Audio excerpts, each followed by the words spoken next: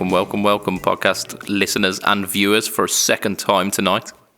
This is episode number 94, episode 7 of the live casts. You are here with your host, Mr. BudgetPedalChap, that is me. You are also here with the one who's not me, that is Lee. Say hi, Lee. Hi, Lee. It doesn't quite have the ring of hi, Matt. Who is not hi, here. Lee. Yes, hi, Lee. Hi, Lee. Of course. So yeah, as we mentioned about 5 minutes ago, Matt is not here. He's watching Avengers Endgame. Good on the man. Because spoilers. Don't give spoilers away, man. I'm not giving spoilers away. I'm just saying that spoilers happen. There are people out there. You saw it, right? Oh, yeah, I've seen it, yeah. Did you cry? No, not at all. Not at all. I fucking did. Honestly, man. Like a little girl. That's very misogynistic, isn't it? I shouldn't have said that. But yeah, I'm going to call you a giant pansy because I believe that we're allowed still to refer to people as flowers. Do you know what else brought a tear to my eye? What's that? Grand Tour. I've not seen any of the Grand Tour, so... You're not? No. Very, very good. Okay. I'm sure you're allowed to spoil that one, aren't you? Go on, what happened? What we had was Clarkson, Hammond and May are no longer going to be doing live studio stuff. Okay. So after like 17 years, they've, that's it. It's all done? Well, they're going to be doing... pre-recorded? Some piece. Yeah. But not the live studio stuff? No. Okay. And that was as emotional a journey as the things that happened in Endgame. I was just about to spoil it then as well. Well, Clarkson, he started crying, and he's not really the sort of person who you see cry on TV, is he? No. I'm going to call him a daffodil, because I've already used pansy, and I don't want to be deemed a genusist. So, he can be a daffodil. A genusist? Genusist. Yes. That's definitely a word, isn't it? Well, it might be. I don't know. Shakespeare coined all manner of terms. So, I'm allowed one or two. Have we got some people joining us in the chat this week? We have. We've got quite a few people on. People talking. We've got Eric Tomlin and Andrew Bimson. I got a message this week. Interesting. Yeah. And it said, I won't name the person, just in case they don't want to be named, but they said, how often are you doing the live streams? Because I really enjoyed them. And they're a stay-at-home father, and they basically saying, as far as I remember, it's a nice little way to stay up to date and involved in what's going on. Kudos to you, man. Kudos to you. Yeah. Well, and you, man. Oh, bless you. It was nice. Yeah, no, love the feedback. Especially when it's not people calling me a knobhead. A little message. Yeah. Occasionally I get a message from people in the group saying about how they really enjoy the group. Just not after anything, just a random message saying, oh, yeah, I really enjoy Pedalboards of Doom. That's it. Yeah, so it's nice. If there's anyone in the group chat at the moment want to S our proverbial Ds, then feel free. If they want to do what? So, S the proverbial D. Excuse me, young man. Right, okay. What have you been up to, man? So, between last cast and this cast, I've done very little because we recorded quite late. But in the Fret Talk podcast group, I did two of the monthly challenges pretty much in one go. So I did last month's, which was Down Down by Status Quo. Right. Which is, I believe it's in like open G tuning, which was absolutely great fun.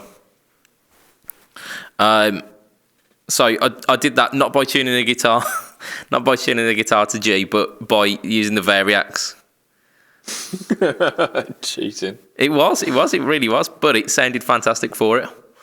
I've always done songs that are in different tunings, just in standard tuning, and worked around it. Oh, there's probably not too many ways of doing this in standard tuning because there's a lot of kind of ringing open strings. So it wouldn't be vastly possible, I wouldn't have thought, unless you've got like 7 fingers. But yeah. 8. No. Yeah, you know what I mean. You know what I mean.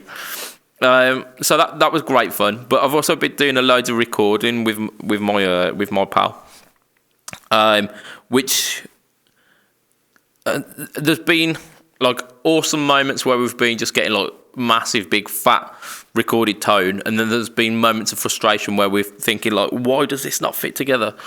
And then, like, completely coincidentally and concurrently, That Pedal Show released a video this week, which was it was titled something like "What to Do with 2 Guitars," and it was such a massive help.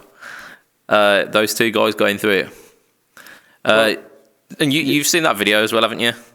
Yeah, and you've just reminded me of something I have been up to this week, and I completely forgot about because I've been so busy today. Yeah, I blocked my boiler earlier, so that's where my head's been. Yeah. So, did you see the video Mick did about saddles? I did not know. I saw that he'd done one about saddles, but I'd not caught that one. Okay, during that video, he spoke about guys in the industry and himself mainly who have been, struggling with depression and stuff like that. And a lot of us have been through that. And watching someone of Mick's status go through, talk about him going through it, really helped. Really, really, really did. And it just kind of made things a little bit easier. So later on that week, I saw him. We went to see Joey Landreth. So I went with Stute. Of course, yeah. Peter Honore was there, as was Mick. And I've met Mick a few times. So I went up, we had a chat, and I did say to him, "Thanks, so much about, for talking about that." Yeah. And he said the feedback he's had from so many people has been absolutely immense. Yeah. Absolutely immense. He pointed at a bunch of people there and he said, "That guy said it, that guy said it, that guy said it." Yeah. Everyone's been going up to him and saying, "Well done, Mick. Well done for opening up." Yeah, because I think there's a massive stigma, or at least in the past there has been a massive stigma about mental health issues in general. But it seems to be going the way of openness and the way of kind of reducing that stigma and becoming more of a norm, which is an absolutely fantastic thing. So I mean, I've not actually suffered from any mental illness issues, but I've known so many people who have, and the fact that like a load of them say they feel so isolated and feel so alone and feel the fact that that there is a stigma around it, that they feel like they can't be open about it because it's not treated as if you'd like had a physical injury, like a broken leg or like a burn or something, where you'd get instant sympathy from people for issues like that. Like a load of the feedback I've got from those other people is that it's not treated in the same way. It's treated like, oh yeah, you can get over it. Just cheer yourself up. Do something that'll make you feel happy and just like, chin up, mate. Chin up. That's it. That's exactly it, isn't it? All that sort of bollocks. And it's crap because we're all human, and I think a lot more people go through it than they let out. Absolutely. Let out. We do that as well when we fart, I suppose. But that's not healthy to keep in either. Cover it with humour.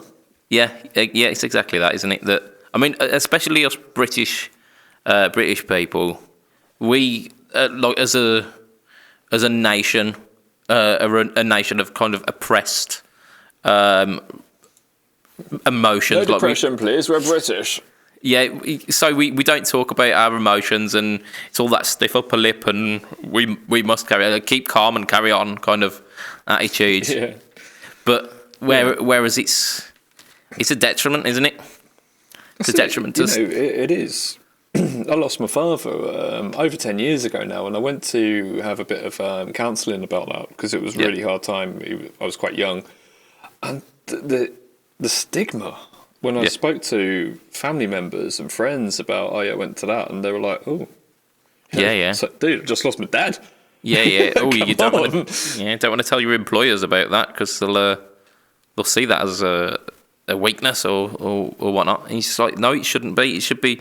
You should get exactly the same treatment as if you'd fallen over and broken your leg. If anything, it should be the contrary to that. You know, if you've got the balls to stand up and say, yeah, I've been to fucking counselling, and what of it? Because I've got the balls to go and talk to someone about my issues and not let it get me down and take over my life. Yeah. And look, you know, I'm doing great. Yeah. It's something that there are things that you can that are put in place that you can help soothe that. I'm not saying like you can cure depression and you can cure anxieties and whatnot, but like it's something that can make that burden easier. And as talking about it and having like a support network with friends and whatnot, definitely it's a step in the right direction. Yeah, it certainly is. So yeah, like hats off to you, Mick. Hats off to you. You know, more to Mick, man. Hats off to Mick. He mate, the guy did really, really well. I think him talking about that was just outstanding. Yeah, absolutely. You know, I'm just riding the waves of that, I suppose, because you know it was lovely when I turned around and spoke to him about it, and he was like, he went in a little bit more in depth into it. He didn't just say, "Oh yeah, thank you," and you know. And there's people in the chat now, and they're talking about it, and they're saying, you know, it makes a huge difference. And the fact that we're opening up in the industry, is good because it's always that, you know, that rock man standing on stage playing his Les Paul and these sort of things, you know, and Wellard and all this sort of thing, and it's kind of like, well, you know, we're human. Yeah, and I've read statistics that that in the music industry the suicide rate is absolutely skyrocketing. That's true. Yeah. There's so many people recently over the last couple of years, isn't there? Yeah, huge high profile people, but it's not only affecting those people as well. It's affecting people at all kind of stages of that. Yeah. Anyway, this is really deep and not our usual fun talking about penises and stuff. So yeah, very much so. Important though, very important. And if anyone feels that they want to, anyone listening to this or watching this now feels like they want to talk about it, hit me up and I'll chat with them one-to-one. Yeah, absolutely. I think like with both of our groups, the issues like that, if they were brought up, would be taken with a very kind of serious note and not ridiculed and made fun of. And like you say, I myself as well as you, if anyone wants to talk, I'm always here. But yeah, so the dual guitar thing that the guys did as their kind of their big episode this week, that really helped out with kind of arranging like two guitar parts that me and my friend were recording, because there were some guitar parts that we've been playing live for years, and then when you actually get it recorded and you've got that chance to like listen back to it, you find like certain parts clash and certain parts are a bit busy. And something Mick said actually on the episode about not being afraid to just like not play for a while. Yeah, shut the fuck up. Let the song talk. Yeah, if there's bits that don't like, literally don't require the two of you playing, don't feel the need to have to fill it in. Absolutely. You know, there's things like that, and there's people who have been saying this sort of thing for years and years and years, and they're like, well, duh. Yeah, yeah. It's just having the balls to sit back and not play. Yeah, yeah, and it's serving the song, isn't it, rather than serving your own ego. Yeah. Feeling that you have to fill all silences. But it also it brought me on to thinking about kind of guitars, like pairings of guitars that work really well together. And like me and my friends, we've got quite my. Yeah. Well, no, it's not, because It would work if you said, if you take me and away my the friends, geezer, yeah, or in it. my friend and me, I think would be the polite way of saying it. But either or, we're not the semantic English cast.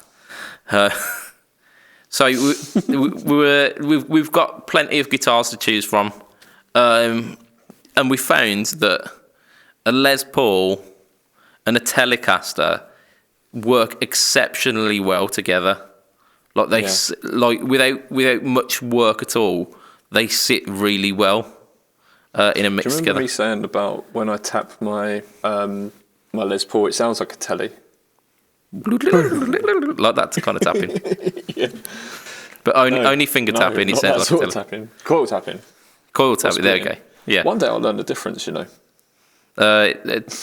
Tapping's the wind, like breaking the winds halfway through the wind, isn't it? Whereas splitting is taking one of the coils.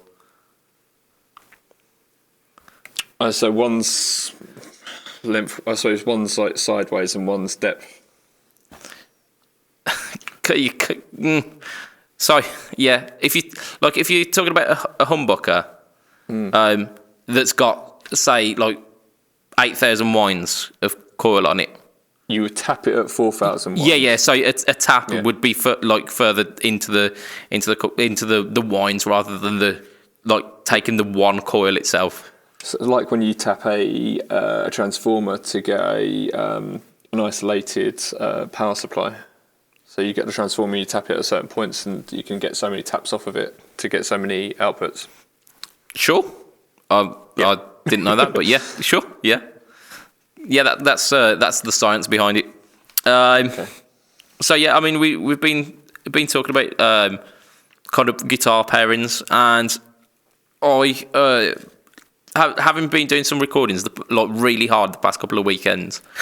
I've been listening really intently to music in general. So like whenever there's any music on that's just on the radio or whatever, I'll be listening out for like those hidden little bits rather than listening to the song as a whole to try and get some ideas. Well, like the doubling up of the chord, but like 5 frets up and stuff, so you get the different inversions and stuff like that. Yeah, I mean that's the kind of stuff that I do generally anyway, because I tend to try and spread the spectrum quite wide by spreading the chords. But like I found in way more tracks than I thought even were possible, there's just acoustic guitars kind of sitting back, like really really low in the mix, and just kind of strumming out rhythms.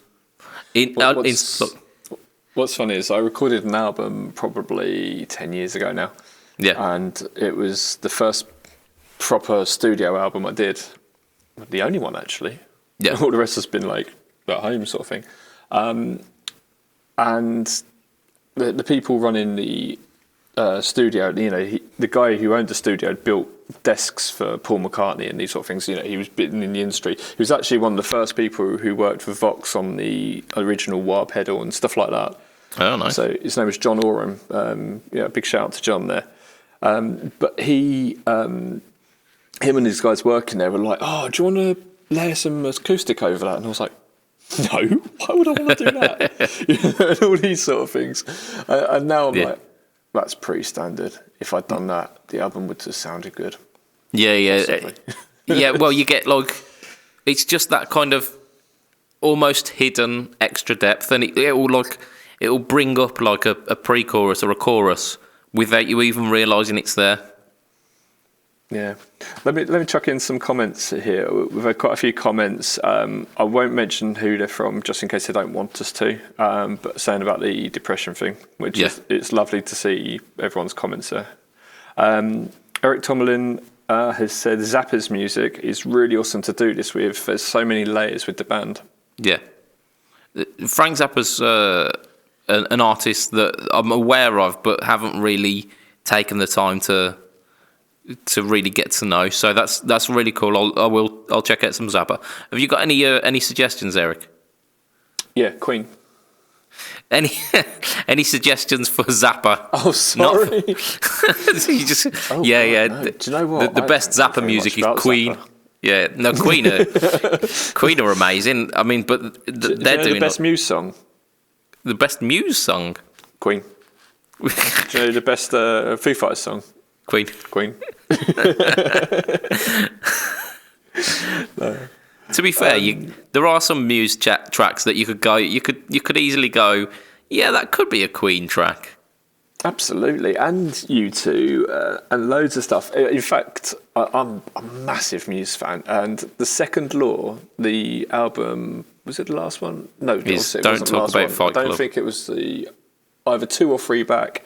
Yeah. The Second Law, that was almost like a covers album of like where they'd done their own interpretations of other people's songs, and if you listen to it, it's almost like a concept album, and it spans time. Oh, cool. Over a period of time. It's if you listen to it as a whole, you're like, I see what they've done there. I've got that on my laptop somewhere, and I don't think I've given that really the time, so I should check that out as well. Yeah, I really should listen to Frank Zappa. You know, Eric's going mad now. He's like, dude, overnight session, sensation, very rock orientated. Depends on what you want. Comedy, jazz, classical, country. Caps is so diverse. I don't think I want any comedy, jazz, classical, country. Can you imagine all that in one song? I just if I'm going for classical, jazz, country, I want it to be serious, not funny, please. Apostrophe apparently is a very rock heavy album. Yeah, I'll definitely check out that. Cheers. But this isn't my opinion. I tell you who does really like Frank Zappa, Robert Keeley. He's a big Frank Zappa fan. He's quite well known as well, Robert, isn't he? Oh, well, yeah, I suppose he is. He's been around a while. Yeah, he's a good bloke. Yeah. Right, okay. We're talking 25 minutes in. Do you want to get on with some news, or have we got some Can chat? I just say that about this Jerry Landreth gig? Yeah, for sure. It was pretty good, man.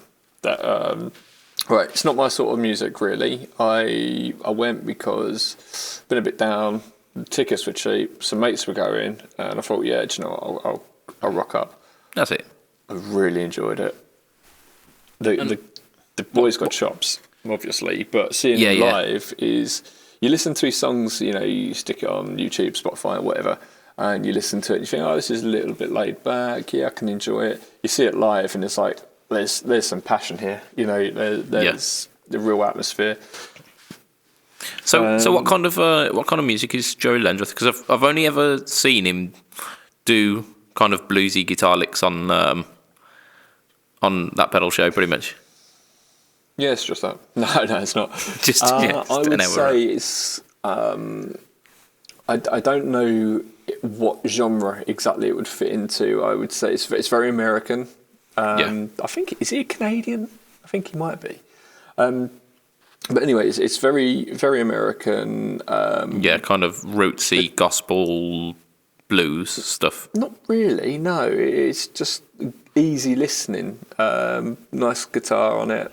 I would say it's in the vein of what's that guitarist everyone hates? Joe Bonamassa. No, the one that that Lee Anderson and Peter Honore love. Mayer. Yeah. I'd like to get him. It's in that sort of direction. Okay. It's more enjoyable. Wow. It is middle of the road, but that's not my cup of tea, John Mayer. I can understand why people like it. Yeah. But I'd rather listen to Clapton if I'm going to listen to that style of thing. You know, any day. Clapton's just. Yeah, fantastic. Clapton's all right. He was definitely better with Cream. But hey. I really like Continuum and the trio stuff that John Mayer did, and I find it very difficult to like anything else that he's done. He's gigging with, was it Queensryche or King's Crimson or someone like that? He's gigging with a prog band or someone along those lines at the moment. I can't remember. He was with the Grateful Dead for a while. That's it. Grateful There you Dead. go. Yeah. Man, Queensryche are such a good band. Sorry. Tangent there. There you go. Another suggestion. One of the things about Joe Landreth was the dynamics, man. Oh my God! He uses the fuzz to such an extent, but he had a lot of really odd pedals. He had a count to 5 on there. Okay, yeah. So you could get all those funny loops. He also had a Ferme. So the Ferme and the count to 5 are probably the two really weirdest pedals out there, and I've never seen anyone who's got both. And he had these really odd, like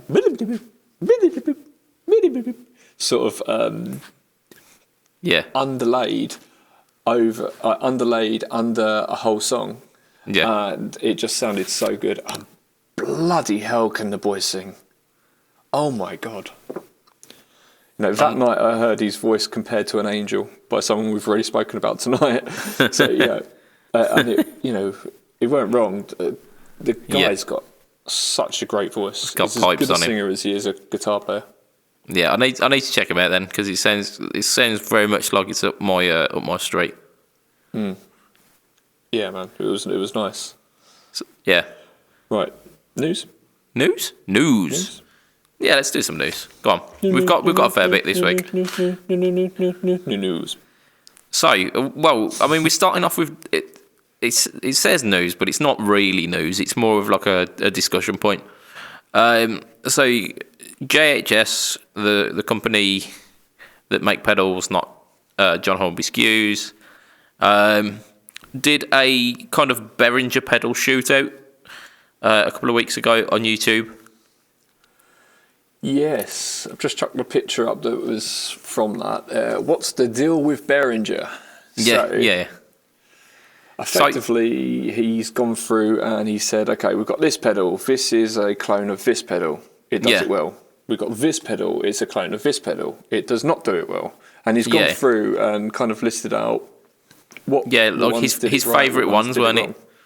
But even the ones that weren't close, he was saying the sound that they're making is not a bad sound. It's different from the original, but it's still very usable. And he was kind of highlighting some of these things. So the one that springs to mind. The vibrato apparently is supposed to be really good, isn't it? Yeah, maybe very tempted to get one because they're like cheap as chips. Yeah, I mean, these were the first ever guitar pedals that I bought. So I ended up buying. So I bought like this blue tube. It was like Tube Overdrive or something. So it's probably based on like an SD1 or something. And then there was like Heavy Metal or something, the HM100, which I believe was like the Metal Zone. Wouldn't it be a an HM2? Yeah. No, because it has. No, it's the Ultra Metal. Sorry, so it was the UM100, and it had knobs for like the mid frequency and like the Oh, you've just reminded me of something. Go on.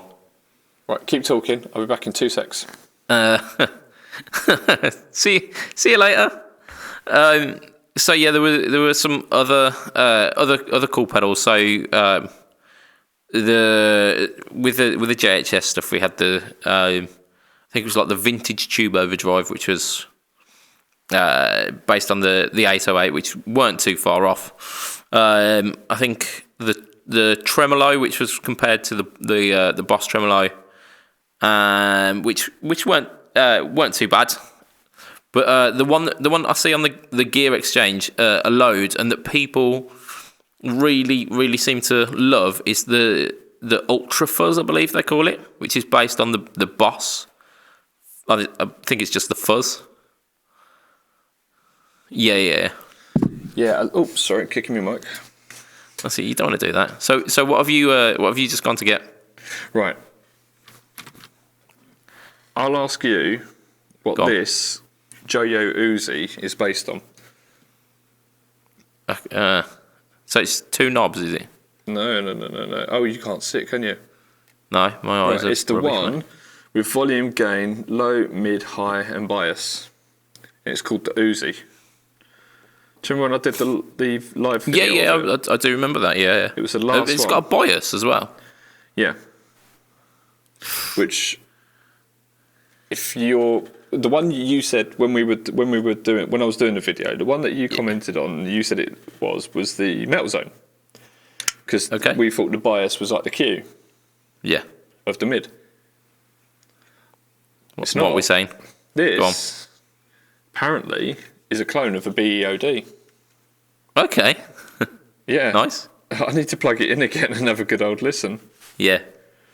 Yeah, So definitely. With a name like Uzi, though, it's suggesting much heavier, isn't it? Well, now I'm looking at it closer. It is brown. Very, very dark brown. But Okay. then, I suppose the bum hole is a very dark brown as well. And that's what the BEOD is, isn't it? Brown eye. Yeah, it is, yeah. Oh, look, it's winking at me. Oh, mate. JHS have done a video on the different Behringer pedals and what they are clones of. Yeah, I mean, mainly versus Boss pedals.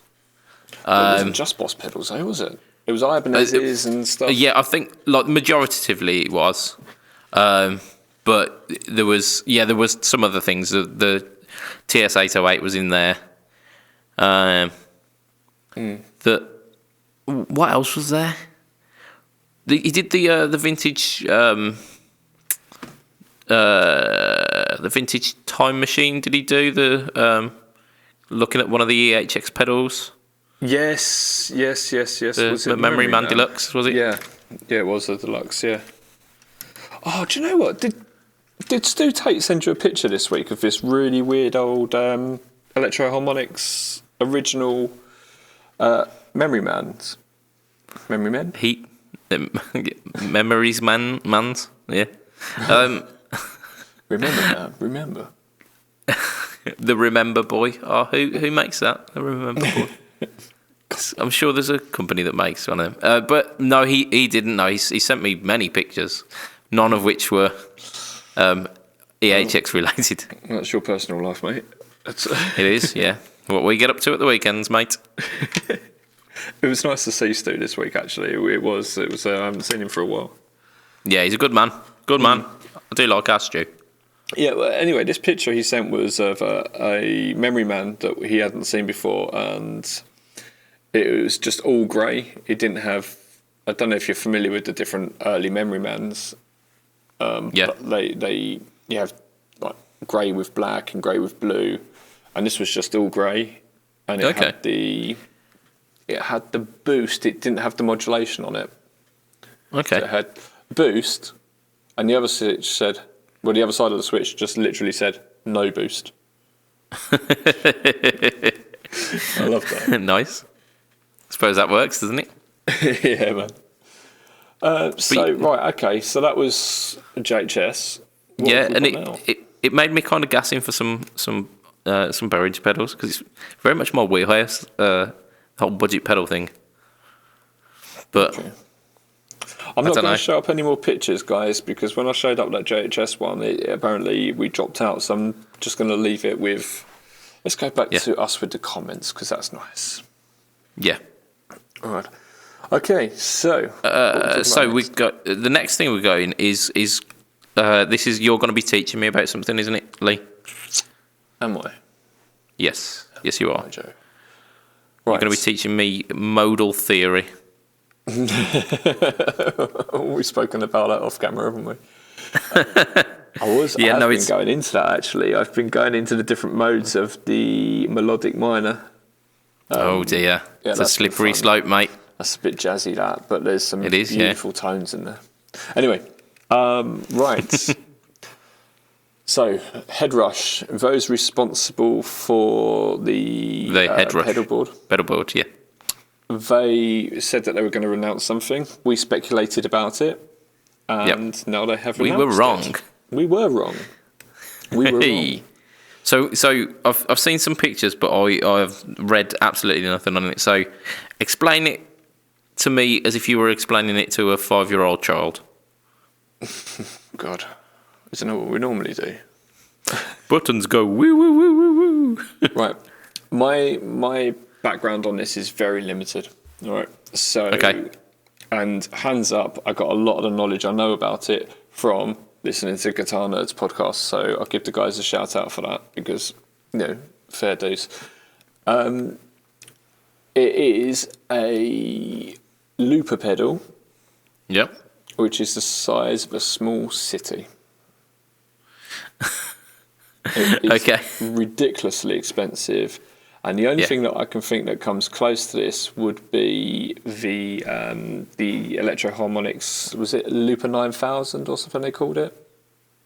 Haven't a clue, mate. Haven't a clue. So it's got nothing to do with the headrush pedal board with the amp sims and the cab sims and the what. Well, it's has some of that built into it. Okay. But the headrush pedal board has a really, really good looper built into that as well. Let me just have a look at Electro Harmonics looper. I'm going to have to put a timestamp here to make sure that I can get rid of all of that. Yeah, sorry, it's EHX 95,000 performance loop lavatory. How much is that? That's ridiculously expensive, isn't it? It is. Right, that's £509. Okay. £509. How much is this headrush? I think it's about £800. Let me have a look. Headrush looper. Okay, so £69 from 10 shops. So what? So I'm finding it difficult to grasp where this is kind of sitting within the market and why we necessarily need this. Well, that's a good question. Let me do like all the best. Is there even a? No, there's not even a blog on it or anything along those lines. I thought there'd be some info. I was just going to read it off. There are videos on it. Yeah, it's a looper, as we discussed. It's big, very, very, very, very big. It's the size of a medium-sized pedal board. Okay. And what functionality does it have that puts it above other loopers? If you want to speed up or slow down your loop, you can, and that's really handy. The Ditto X4 do that? I don't think so. It may have. I never. Yeah, it's got like a half speed and a double speed button, I think. Right. Okay. So that's pretty linear, isn't it? You got 3 speeds: half, double, normal. This you can speed up and slow down. Let's assume indefinitely. Sound like chipmunks? I don't know. You've got control over the different tracks. I'm just looking at the picture here, and you've got the waveforms, a bit like when you record on a DAW. You've got all the waveforms there, so you can go in and do it. All the different buttons on there. You've got 12 different foot switches, not including the extra knobs and these sort of things. So 12 different foot switches, and they all light up differently, a bit like the Helix. And they all allocate themselves, by looks of things, to the different waveforms, to the different loops. Okay. So there's a lot of so it's almost like a track selection. Yeah. I would love to hear a decent guy or girl who's doing looping using one of these. That would be outstanding. Katie Tunstall on it. Oh, do you know what? Our comments on here have suddenly become... Angry mob. How dare you? No, the headrush looper. Yeah. I came away from it. Yeah. So that's very, very interesting. I'm very interested in that, but I wouldn't ever use it. I've not got a use for it. I don't think it's aimed at us, to be honest, man. No, I mean I've got a number of little kind of mini ditto style pedals. I've got a mini ditto and I've got another kind of copy of that, and they very much do me for what I ever need it for. Do they really? Just? Yeah. So, I mean, having multiple options for looping, but like I say, for people such as Katie Tunstall, who and like Ed Sheeran as well, who make pretty much their music using looping, they're much more the market than us. I saw Katie Tunstall. Did you? I imagine she's really good. She was. Yeah, she was really good. Do you know what it was? It was this Boss thing that Matt Knight put on. Oh yeah, it's about a year and a half ago, something like that. Something along those lines. Yeah, it was at House of Vans over in London. Yeah. That was really good. And Mick and Dan did their own bit there as well. It was an excellent day. Cool. I saw a beer there as well. That was cool. Sure, you saw many beers there. Minus the beer would be the ideal for that band. What? What? I don't know. I'm sorry, Eric. You completely lost me there. Probably been really thick. Okay. Fractal. Do you want to move on to the? Or are we? God, this was out of the blue, wasn't it? Yeah, very much so. This. So this is Fractal FM3. So from what I understand of it, it's basically their take on like the floorboard versions of like the big modelling units. So like the Helix, like the GT1000, like the Head Rush. So it's their take on that, but it's they've got a floor unit. I thought they were just floor controllers for the rack. I didn't think they were. I thought the AX8 was. Is that just a controller? I thought it was its own internal unit. Like okay, full unit. I could be wrong.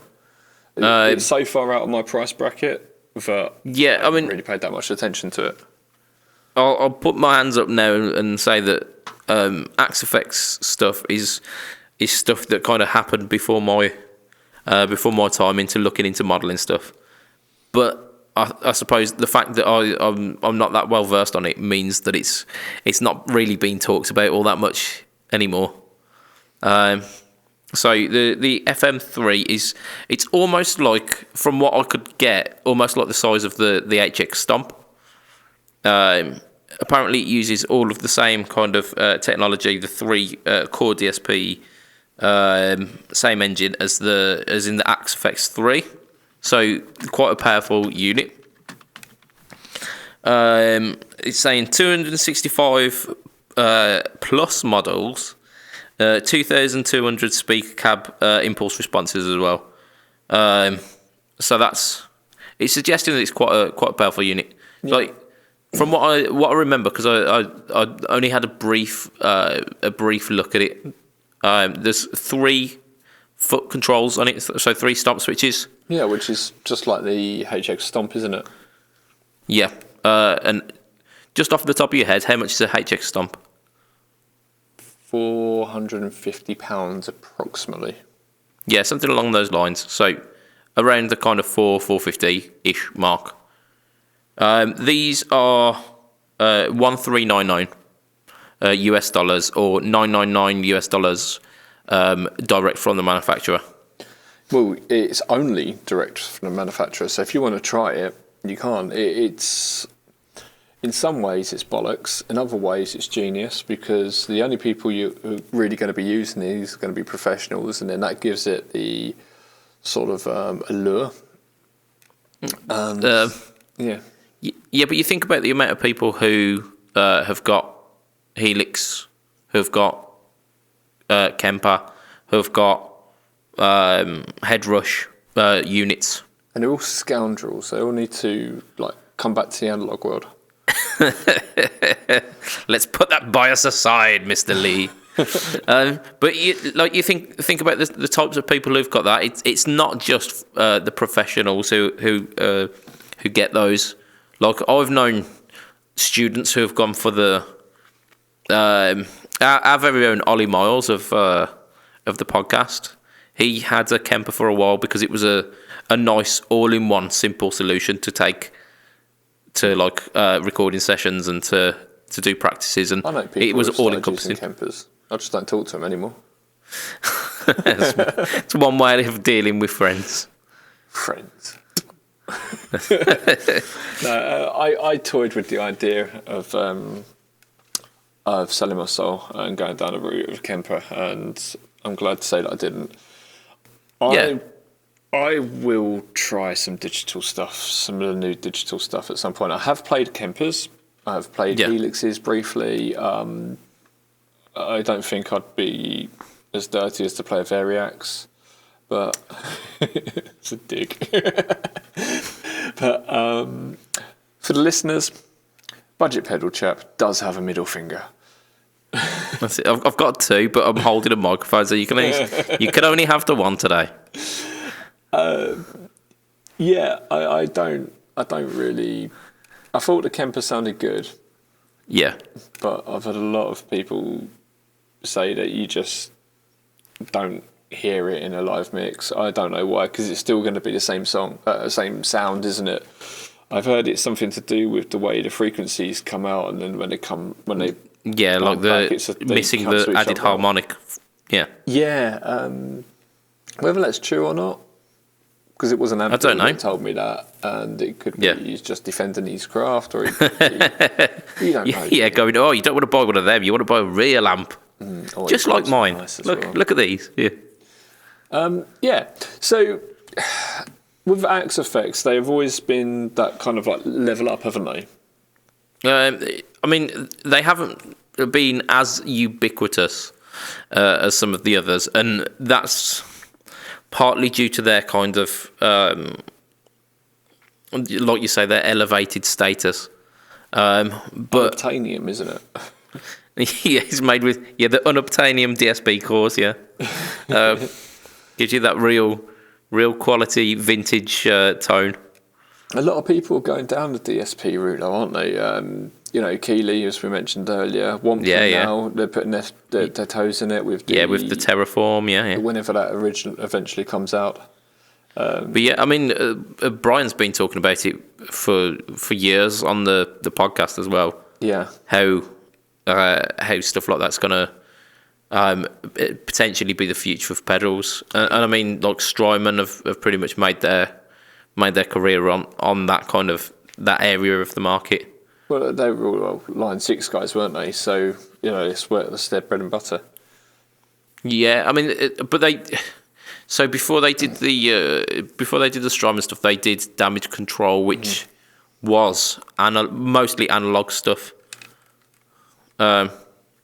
Mostly tube driven stuff as well. Actually, my friend's got a Damage Control Liquid Blues pedal, and it's absolutely fantastic. I'm hoping amazing. In the next couple of months, I'm hoping that I've got my hands on some pedals which are mainly valve based or tube for our American listeners, and they're full power. They're not just like a 9-volt running into a tube for the looks. They're full power valve pedals, and they are amazing. And we may well be working out a deal to sell them on the Pedal Boards of Doom shop. Plug. Nice. Yeah. Nice. They look fantastic. I've been really, really keen to get my hands on them for a long time. So that looks really sexy. Proper sexy. Fantastic stuff. I mean, what are you thinking about the Fractal FM3 in terms of like where do you see that this sits within the whichever market guitarist is playing with Ozzy Osbourne at the time? It's those sort of guitarists that are going to have it. it's not going to be. You've got a lot of guitarists that have used Axe FX for ages. They're going to use it on their travel boards and go along like that, like everyone's using the HX Stomp. Yeah. That's what you think for. Yeah, you don't think it's mass market, Not and at that it's price. all just the kind of the professional elite market. Not at that price. No. Not when you've got the option of HX Stomp and these sort of things. And our friends at Headrush, who we were talking about earlier, they do a small version, don't they? What's that called? The gig board or something? Yeah, I vaguely remember it. Yeah, but it's more like the Helix LT, that is, isn't it, rather than the Stomp. I just remember something else I did this week. Go on. I had a shave. Oh yeah, it's a chin. Yeah. I believe somewhere underneath this, I've got a chin. It's a good chin. I shan't be finding that out. So last bit. In fact, we've got 2 bits of news. We'll go for Gibson. Right. Gibson. Okay. So Let's see if this. Dare I do it? I don't know. Dare you? No, I'm not going to, because it bugged No. up when we went to the thing before. Yes. There is a countdown Gibson. on the Gibson website, counting down to tomorrow. So by the time listeners hear it this, just said 29th, yeah. it'll be announced. But there is an announcement to make. What do you think it is? And I ask you that because I don't really know what to say, and I knew you were going to ask me. So I imagine it's releasing the new lines, isn't it? Yeah, but what's going to be in it? I mean, what I think is going to be in it, and what I'd hope is in it. I would expect some more kind of the lower end. So like the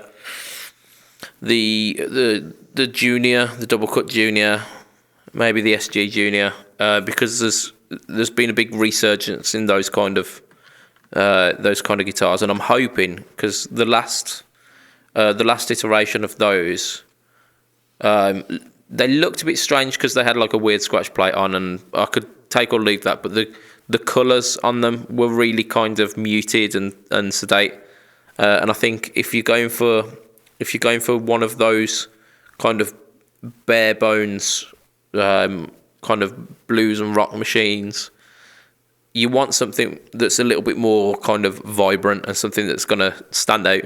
So some solid colours, maybe back to the TV yellow, white, black, maybe like a flat red. Even some pastel colours as well would be really good, I think, because I think that's what the public are looking like the trend is. I'm hoping that we go back to some kind of traditional specs with the Les Pauls, with perhaps less chambering options, maybe like a chambered and a non-chambered, more of a traditional spec where it is actually traditional. I actually like the fact that they've got the high performance. They've had the high performance for the past couple of years, and I'd hope that they don't remove that.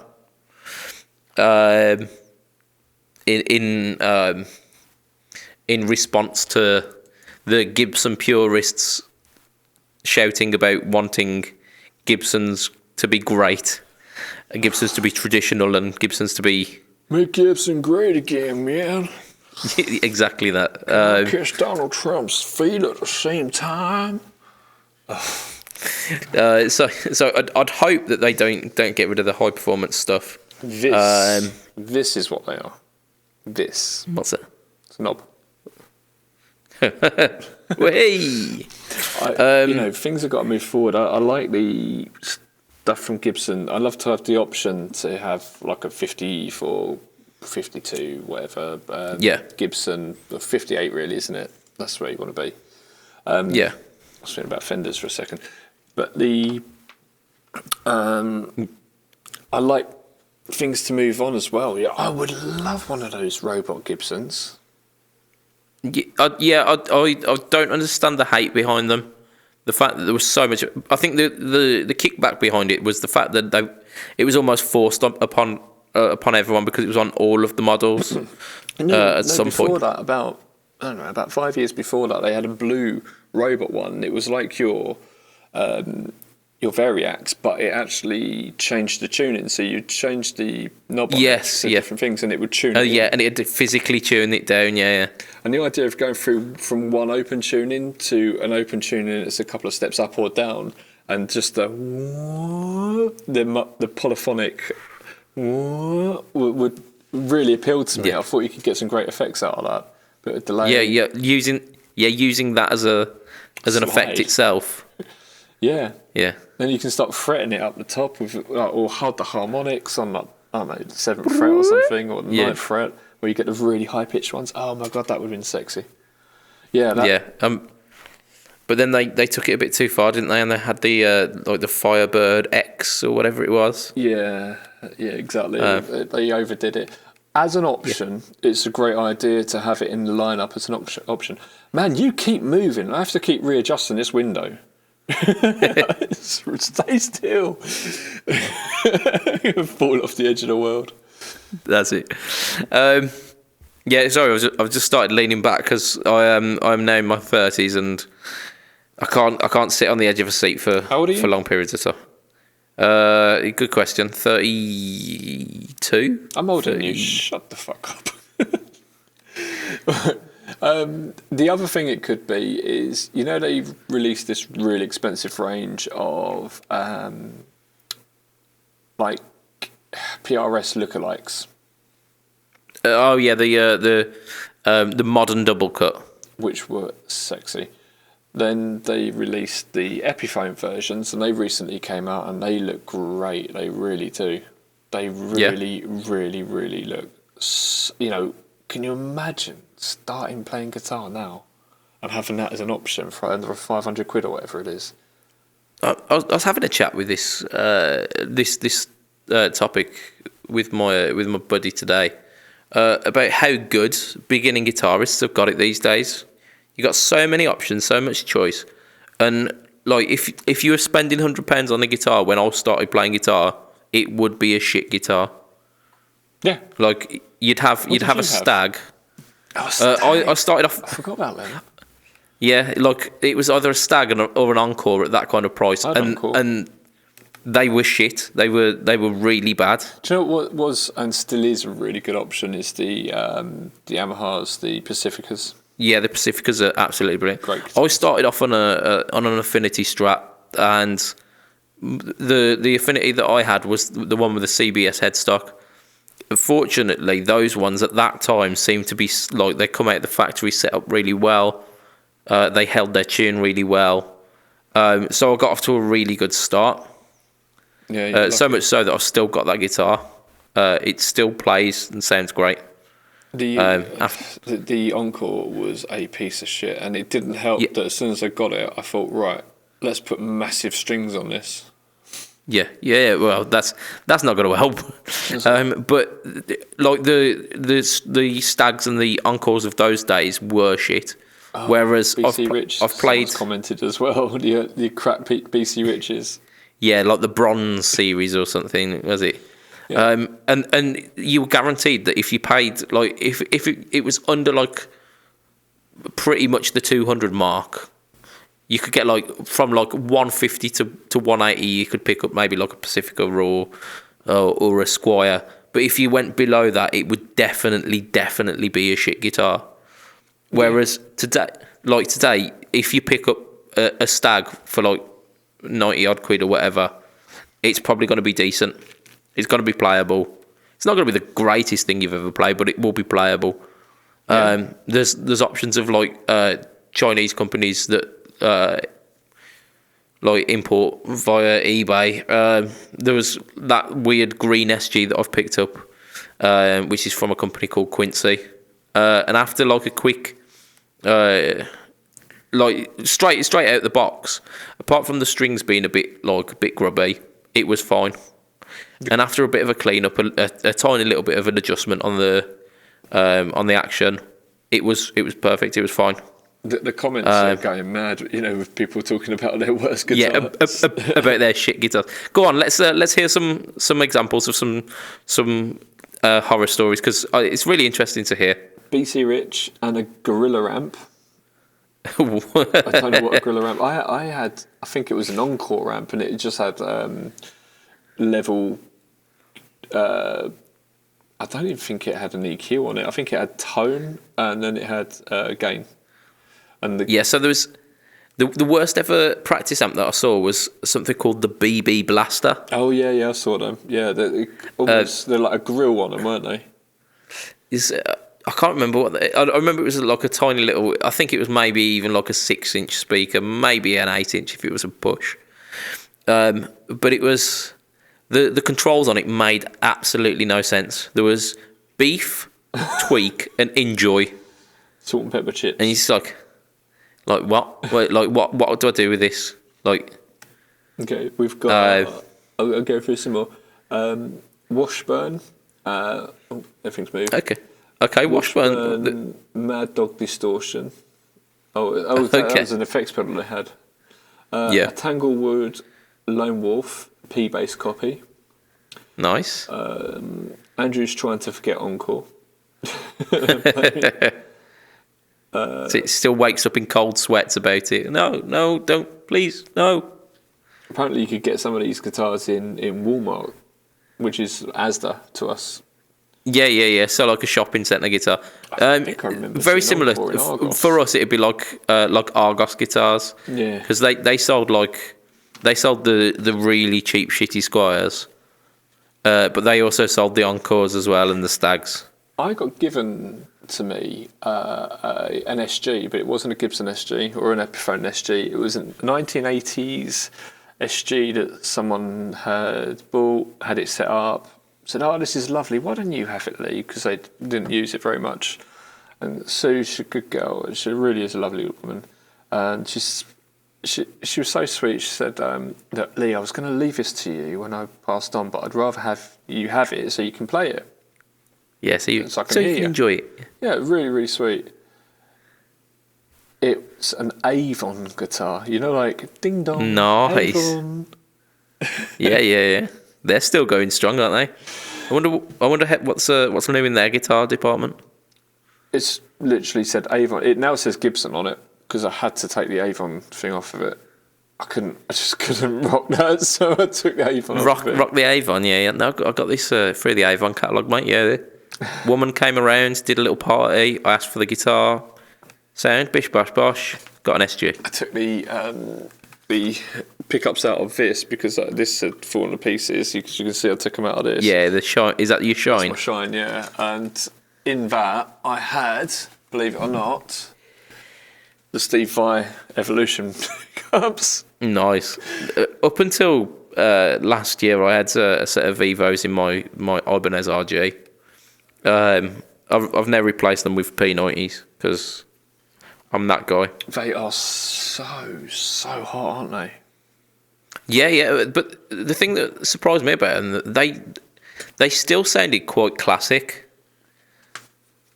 There was none of that because I had the Super Distortion and that had like a real kind of focused mid honk, whereas the Evos were quite bassy, but still had kind of almost like a PAF characteristic to it.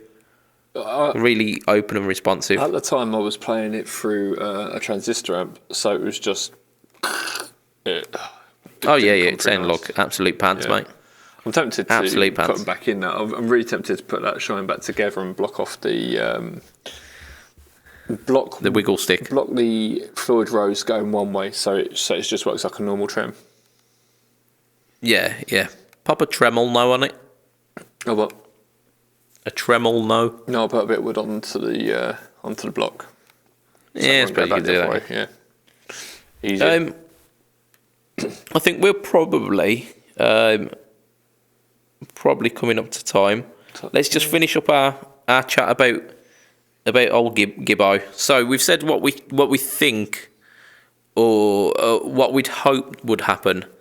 How about like kind of wildest dreams? What would you have Gibson do if you were kind of controlling the company?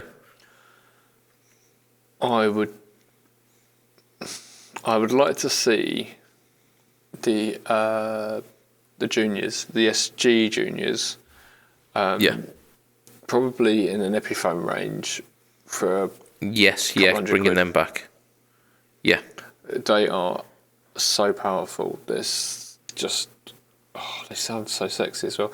And that was the thing when I saw Joe Landreth this week. He was playing P90s, and like a gold top Les Paul, but it's not a Gibson. And I wanted. He plays Collings, doesn't he? No, it wasn't a Collins. It was. I've seen a video of him talking about who made it. It was like a mate of his made it. Someone who lived local was a luthier. Is it luthier or luther? It's luthier, isn't it? Yeah, it is luthier. Yeah. Luthier. Luther's that guy off the TV. He is. He's not as good at making guitars and repairing guitars. I've never watched it. Apparently he's good at making problems. Well, yeah, he's good at punching people, I think, is the thing. He's a bit of a badass. There's been a few more things on here about Squire Tellys and a Selma treble. I don't know what that is. And Ibanez guitars. So yeah, there's a lot of them. Like, I think we all played when we were younger. The old RG 250s and that sort of thing. Like I say, I've still got my RG 350 DX, I think it is. I think it might be 350 or 370. One had a scratch plate, the other one didn't, and I can't remember which one mine is. You know, the other thing Gibson could be doing is I've heard a lot of people say. I've heard it said on that pedal show. I've heard it said on Guitar Nerds. I've said it myself in conversation with people. Let Epiphone be their own brand, a bit like they've done with this different headstock on those PRS-looking guitars. And let Epiphone bask in their own history, a bit like Gibson does. Yeah. And let Gibson getting the have Riviera a cheaper range of Gibsons. Yeah. Because it's the name and the headstock that a lot of people offer the cheaper guitars, me included. Yeah, but does that then devalue the Gibson brand name then? Because they are such a heritage. No, everyone else does it. Company. Apart from Fender with Squire, but they have the Mexican range. But PRS do it. Yeah, but it's the PRS SE range, isn't it? It's the SE is the big focal point. It doesn't look the same as the PRS. Up until very recently, it had SE stamped on the headstock rather than the cursive logo of PRS. And they've changed that in a massive way. So it's still there, but you've got it very, very small, whereas before it was like it said SE quite large. Yeah. SE was the focal point, wasn't it? And now I would buy an SE. I'm a bit of a tank, aren't I? God. Yeah. A little bit, yeah. It does seem that way. If I was in charge of Gibson, what would I do? Wear Levi's. I don't think. Pardon? Wear Levi's. Well, yeah. Obviously, I'd be wearing Levi's and perhaps driving a sports car of some description. I'm only referring to the CEO. Yeah. JC, isn't he? JC, yeah. I've got to adjust your bloody window again. Slouch. I wouldn't bother, mate. We're gonna be wrapping it up soon. I'd like some more choice in the other ends of Gibson. So like the Explorers, the Flying V's, the SGs to a certain degree as well. Because there's loads of focus put on the Les Paul. But I think the choices for some of those other body shapes can be a bit boring, and it doesn't seem like they've they've done a lot of innovation in that area. For the moment, they need to do what's going to sell. They need to concentrate on things like Les Paul and stuff. Yeah. I mean, that's what will most likely happen. But if I had the reins, I'd probably have like one of each, where I'd have like a Flying V standard and like a Flying V custom with the binding and the fancy accoutrements and whatnot. And same with some of the others, to make those lines a little bit more interesting, rather than just having like one or maybe two of those. There was another thing I was gonna mention, but I've completely forgotten, so I'm gonna leave it there. I think that's just for the. It completely slips your mind. Yep, it doesn't matter. These things happen. Oh, so I think that's where we're gonna end it for this week. I know we've got another couple of topics, but we're well over the hour mark now. So yeah. So you're in the Pedalboards of Doom group now. If you're watching live. If not, if you're listening back on the cast recording, go get yourself in the Pedalboards of Doom podcast group. And if you want to go at our Fret Talk podcast group as well, you can find us online. It's all in the show notes anyway. Lee, do you want to do some plugs this week? Yeah, go ahead. Yeah, go ahead. So if you're going to do it for me. Yeah. So Lee is at sexylee_man_whore Twitter. Right. Did I get that right? Yes. Yeah. So we've got our YouTube channel, and most importantly for me at the moment is we've got our shop. Go on there, have a look, see what we've got, and give me feedback, guys. If there's anything on there that you want that we don't have, I'm going to go and speak to some companies. Any suggestions? BudgetPedalChap? Hello Sailor stuff. That's approaching them, yeah. Yeah, his stuff. I've played a few of his pedals, and not only that, I know quite a few people who've got some. Our Stuart of Tate Effects has just recently, or not recently, maybe like a month or so back, had got. I believe he got the Range Master from them, and he's only just got another one from them as well. I think it might have been this week. Yeah. Excellent. I want that. So there you go. Master. I mean, I haven't got one, and I've wanted one for a while. Well, there you go. Hello, Sailor Joe. Have a chat with him. Yeah.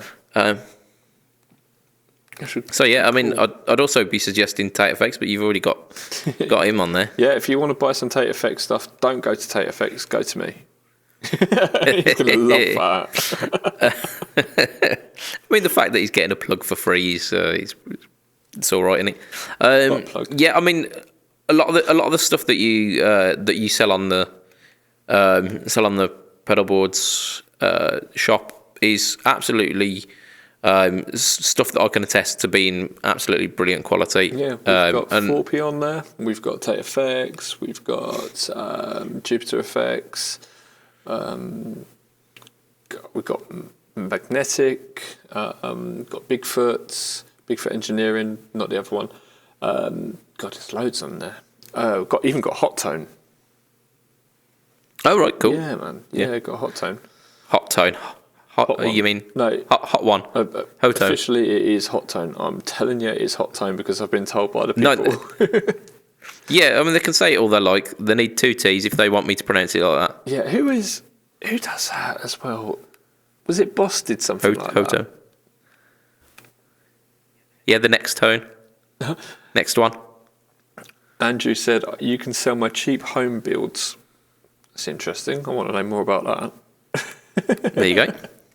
So, yes. Call us, Andy. Call us. Right, yes. Build us a home. So that's it. Yeah. From myself, obviously, facebook.com/BudgetPedalChap, Instagram.com/BudgetPedalChap. If you have not checked me out on YouTube, go there, like, comment, and subscribe. Subscribe to the channel is the important thing because I'm so close to becoming youtube.com/BudgetPedalChap. It is. I can taste it, but I just need a couple more subscriptions. So if you have not already, make sure you're popping over there and checking it out. Can I on my YouTube channel? For the Pedalboards Facebook YouTube page, go over, subscribe to that too, please. Indeed, you've got more subscribers than me. Stop your shilling while I'm doing my shilling. You. You have got a shitload more than me. Yeah, I mean, my content there's quite a variety on there. There's pedal demos of stuff like the Hello Sailor stuff, the JSA stuff, the Tate effects. I mean, I've got like various budget pedal stuff as well that you'd expect. But on there also a couple of little guitar lessons. So if you want to learn some nice little quick, easy licks that'll make you sound a little bit more badass. If you like the Fret Talk podcast intro music, it was written and recorded by myself, and I teach you all of the fancy little bits on that as well. Lee, you're a particular fan. I know this. Yeah, it's good, man. Honestly, it has grown on me. It is. It's like malignant melanoma. It'll get in there. So yeah, I mean that's pretty much us for this week. Thank you so much to the people in the chat this week. You've been absolutely amazing. You've been like the Matt Quine of this podcast. So thank you to you guys. Like virtual high five there for each and every one of you. You best be slapping your screens right there. I'm trying to high five with you, but it ain't working. There you go. There we go. And for the listeners as well, those people who weren't able to catch us on the live cast and who are listening back, just kudos to you guys as well, and thank you for getting so far. So from myself, the Mr. Budget Pedal Chap, that's this guy, from Lee Pedabodadoo, it will be a goodbye and good night for this week. Tatty bye. Bye-bye.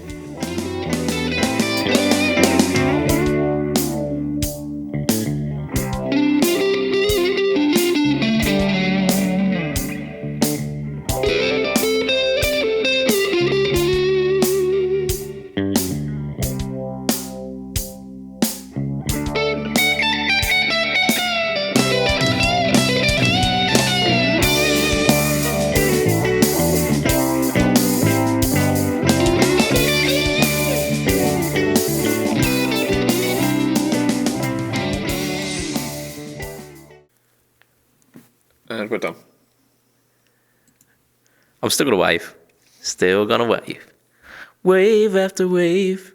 Wave after wave. Slowly drifting.